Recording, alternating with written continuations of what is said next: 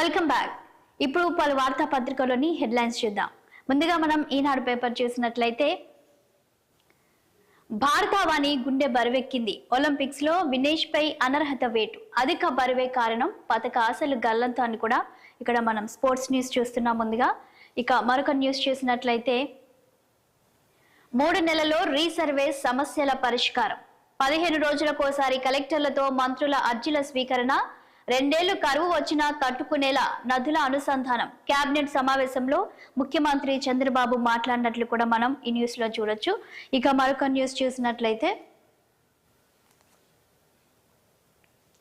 ఎవరో ఒకరు దాతృత్వ దీపం వెలిగించాలి. ఆ వెలుగు చూసి మరికొందరు ముందుకు రావాలి. అందుకే ఐఐటికి 228 కోట్లు, ఇతర సేవా కార్యక్రమాలు.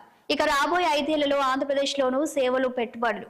ఈనాడు ఈటీవీ ముఖాముఖిలో కృష్ణ చివుకుల మాట్లాడినట్టు కూడా మనం చూడొచ్చు. నెక్స్ట్ మరొక న్యూస్ చూసినట్లయితే ఎన్ని దరఖాస్తులు దాఖలైనా సరే జగన్ పై విచారణ ఆపొద్దు.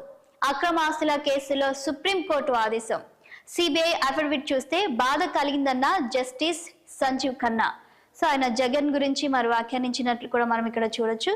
నెక్స్ట్ మరొక న్యూస్ చూసినట్లయితే చేనేత కార్మికులకు ఆరోగ్య బీమా. గృహ నిర్మాణ పథకం కింద అదనంగా 50,000 రూపాయలు.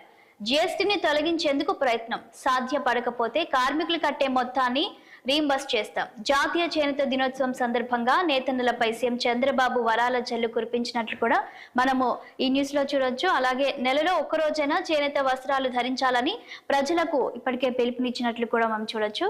ఇక ఫ్రీ హోల్డ్ భూముల రిజిస్ట్రేషన్లు 3 నెలల పాటు బంద్. అక్టోబర్ 1 నుంచి నూతన మద్యం విధానం. మంత్రివర్గ సమావేశంలో మరి ఈ నిర్ణయాలు తీసుకున్నట్లు కూడా ఈ న్యూస్ లో చూడొచ్చు. ఇక మరొక న్యూస్ చూద్దాం. విజయవాడ ప్రకాశం బ్యారేజీ మొత్తం 70 గేట్ల నీరు దిగువకు నీరు విడుదల చేస్తున్న వేళ విద్యుత్ దీప కాంతులు. సో ఇక్కడ విజయవాడ ప్రకాశం బ్యారేజ్ ని చూడొచ్చు, విద్యుత్ దీపాలతో వెలిగిపోతున్నట్లు. నీరు చూసి కడుపు నిండిందని ముఖ్యమంత్రి చంద్రబాబు ఇక్కడ వ్యాఖ్యానించినట్లు కూడా మనం చూడొచ్చు. ఈ న్యూస్ కి సంబంధించి ప్రకాశం బ్యారేజ్ గేట్లన్నీ ఇప్పటికే ఎత్తివేసినట్లు కూడా మనకు తెలుస్తుంది. ఇక అదేవిధంగా విశాఖలో వైకాపాకు భారీ షాక్. జీవీఎంసీ స్థాయి సంఘ ఎన్నికల్లో కూటమి ఘన విజయం. 10కి 10 స్థానాలు గెలుచుకున్న తెదేపా అభ్యర్థులు. ఇక గెలుపొందిన అభ్యర్థులతో విజయోత్సవంలో పాల్గొన్న ఎమ్మెల్యేలు వెలగపూడి రామకృష్ణబాబు ఇక తదితరులు కూడా మరి ఈ సంబరాలలో పాల్గొన్నట్లు కూడా ఇక్కడ న్యూస్ లో చూడొచ్చు. ఇక మరొక పేపర్ ని చూద్దాం. సాక్షిలో ఉన్నటువంటి హెడ్లైన్స్ ని ఒకసారి చూద్దాం.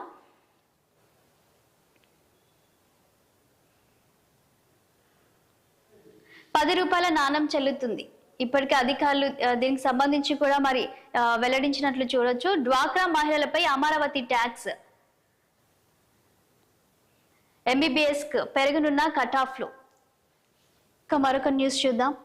చంద్రబాబుది అధర్మ యుద్ధం, మనమే గెలవాలి. పాడేరు, అరకు నియోజకవర్గాల పరిధిలోని ప్రజా ప్రతినిధులతో వైఎస్ జగన్మోహన్ రెడ్డి నియోజకవర్గాల వారిగా జడ్పీటీసీ, ఎంపీటీసీ సభ్యులతో వేరువేరుగా సమావేశం నిర్వహించినట్టు చూడొచ్చు. విలువలు, విశ్వసనీయతే వైఎస్ఆర్సీపీ నైజం. పార్టీ ప్రజా ప్రతినిధులందరిది అదే మాట, అదే బాట అని కూడా అక్కడ ఆయన వ్యాఖ్యానించినట్లు చూడొచ్చు. నెక్స్ట్ ఇక మరొక న్యూస్ చూసినట్లయితే ఈవీఎంలపై ఫిర్యాదులు వెనక్కి తీసుకోండి, మీరు చెల్లించిన ఫీజు వాపస్ ఇస్తాం. వైఎస్ఆర్సీపీ అభ్యర్థులపై ఎన్నికల సంఘం అధికారుల ఒత్తిడి అని కూడా ఇక్కడ మరొక న్యూస్ అయితే మనం చూస్తున్నాం. నెక్స్ట్ న్యూస్కి వెళ్ళినట్లయితే మళ్ళీ 5 ఏళ్ల తర్వాత క్యూలో రైతన్న. విత్తనం దొరక్క రైతులు వర్రి అని ఇక్కడ ఒక హెడ్లైన్ అయితే మనం చూడొచ్చు. 10 రోజులుగా కాళ్ళు అరిగేలా తిరుగుతూ ఎదురు చూపులు అని కూడా ఇక్కడ ఈ ఫోటోలో పల్నాడు జిల్లా నరసరావుపేటలో విత్తనాల టోకెన్ కోసం బారులు తీరిన రైతులను కూడా ఇక్కడ ఒక ఫోటోను మనం చూస్తున్నాము. నెక్స్ట్ మరొక న్యూస్ చూసినట్లయితే విశాఖలో కూటమి మహాకుట్ర. వైఎస్ఆర్సీపీ కార్పొరేటర్లు నిరసన తెలిపినట్లు కూడా ఇక్కడ మనం చూస్తున్నాం. కొత్త వైద్య కళాశాలల ప్రైవేటీకరణ, ప్రభుత్వ ప్రైవేటు భాగస్వామ్యంలో నిర్వహణకు అడుగులు వేస్తున్నట్లు కూడా చూడొచ్చు. ఇక చేనేతలకు ఎన్నో ఇవ్వాలనుకున్నా ఇవ్వలేకపోతున్నారు కూడా ఇక్కడ సీఎం చంద్రబాబు వ్యాఖ్యానించినట్లు కూడా ఈ న్యూస్ లో చూడొచ్చు. కళల వైపు కృష్ణమ్మ పరుగులు. నెక్స్ట్ మరొక న్యూస్ చూద్దాం. లోపాలు నిజమే, ఆ వాహనం అద్దాలకు పగుళ్లు కూడా ఉన్నాయి. హైకోర్టుకు నివేదించిన రాష్ట్ర ప్రభుత్వం. మాజీ సీఎంకు మంచి బుల్లెట్ ప్రూఫ్ వాహనం ఇవ్వాల్సిన అవసరం ఉందన్న హైకోర్టు. భద్రతా కుదింపుపై 2 వారాల్లో కౌంటర్ దాఖలకు కేంద్ర రాష్ట్ర ప్రభుత్వాలకు ఆదేశం ఇచ్చినట్లు కూడా ఈ న్యూస్ లో చూడొచ్చు. ఇక నెక్స్ట్ మరొక పేపర్లో ఉన్నటువంటి హెడ్లైన్స్ చూద్దాం. ఏబిఎన్ ఆంధ్రజ్యోతిలో చూసినట్లయితే రైలు వేగం గంటకు 1000 కిలోమీటర్లు విజయవంతంగా పరీక్షించిన చైనా.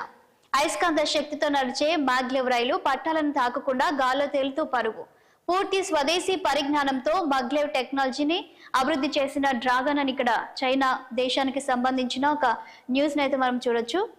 నెక్స్ట్ ఇక మరొక హెడ్లైన్ చూసినట్లయితే చుక్కల భూములకు చెక్, చీకటి దందా తేలేదాకా 22A భూముల రిజిస్ట్రేషన్లు బంద్ అని కూడా ఇక రాష్ట్ర కేబినెట్ కీలక నిర్ణయం. అలాగే గ్రామాల వారీగా రెవెన్యూ సభలు నిర్వహించినట్లు కూడా మనం దీంట్లో చూడొచ్చు. అక్కడే ప్రజల నుంచి ఫిర్యాదుల స్వీకరణ, 3 నెలల పరిశీలన, డిప్యూటీ కలెక్టర్ల నేతృత్వంలో విచారణ కమిటీలు కూడా వేయనున్నట్లు ఇక్కడ మనం ఒక న్యూస్ అయితే చూస్తున్నాము. ఇక మరొక న్యూస్ చూసినట్లయితే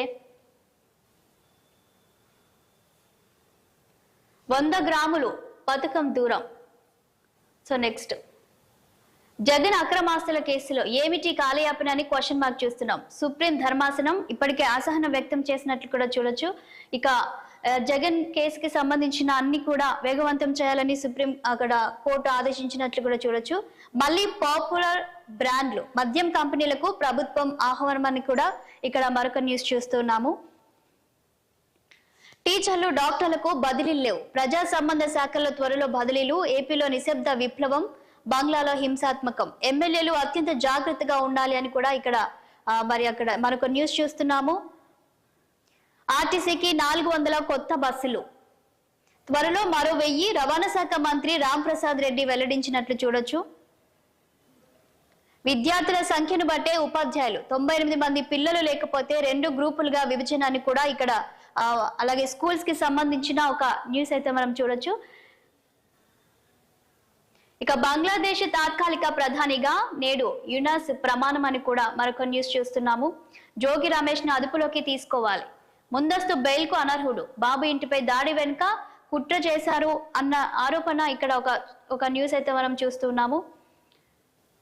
నెక్స్ట్ నా తండ్రి కేసులో న్యాయం చేయండి, నిందితులను గత ప్రభుత్వం కాపాడింది అని ఇక్కడ ఈ ఫోటోలో చూసినట్లయితే హోంమంత్రి అనితతో సమావేశమైన సునీత అని కూడా ఇక్కడ మరొక న్యూస్ అయితే మనం చూస్తూ ఉన్నాము.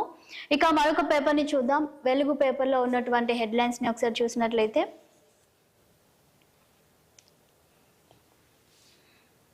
మూసీ ప్రాజెక్టుకు అండగా World Bank, skill varsity, citizen health care, future సిటీకి సహకారం. బ్యాంకు ప్రెసిడెంట్ అజయ్ బంగాతో సీఎం రేవంత్ రెడ్డి భేటీ అయి ప్రాజెక్టులన్నీ వేగంగా అమలు చేస్తామని ఇప్పటికే సీఎం మరి చెప్పినట్లు కూడా మనం చూడొచ్చు. సీఎం అమెరికా పర్యటన ఉన్నట్లు కూడా మనకు తెలిసిందే. నెక్స్ట్ మరొక న్యూస్ చూసినట్లయితే 3 నెలల్లో ప్రాణహిత చేవెళ్ల తుమ్మిడిహెట్టి వద్ద పనులు ప్రారంభిస్తామని డిప్యూటీ సీఎం భట్టి విక్రమార్క చెప్పినట్టు చూస్తున్నాం. ఉమ్మడి ఆదిలాబాద్ లోని ప్రాజెక్టులు పూర్తి చేస్తాం, గిరిజన నేతలకు పోడు పట్టాలు ఇస్తాం, ఇచ్చిన మాట ప్రకారం ధరణిని బంగాళాఖాతంలో వేశామని ఆయన ఇక్కడ వెల్లడించినట్లు కూడా మనం ఇక్కడ చూడొచ్చు. నెక్స్ట్ మరొక న్యూస్కి వెళ్దాం. 12 రాజ్యసభ సీట్లకు ఉప ఎన్నిక షెడ్యూల్ రిలీజ్ చేసిన ఈసీ, 14న నోటిఫికేషన్, 21 వరకు నామినేషన్లు.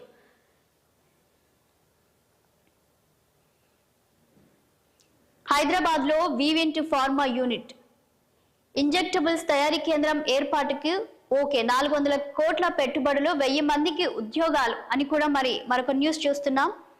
ఊర్లను దత్తత తీసుకోండి, ప్రజలకు సాయం చేస్తే గుండెల్లో పెట్టుకుంటారు.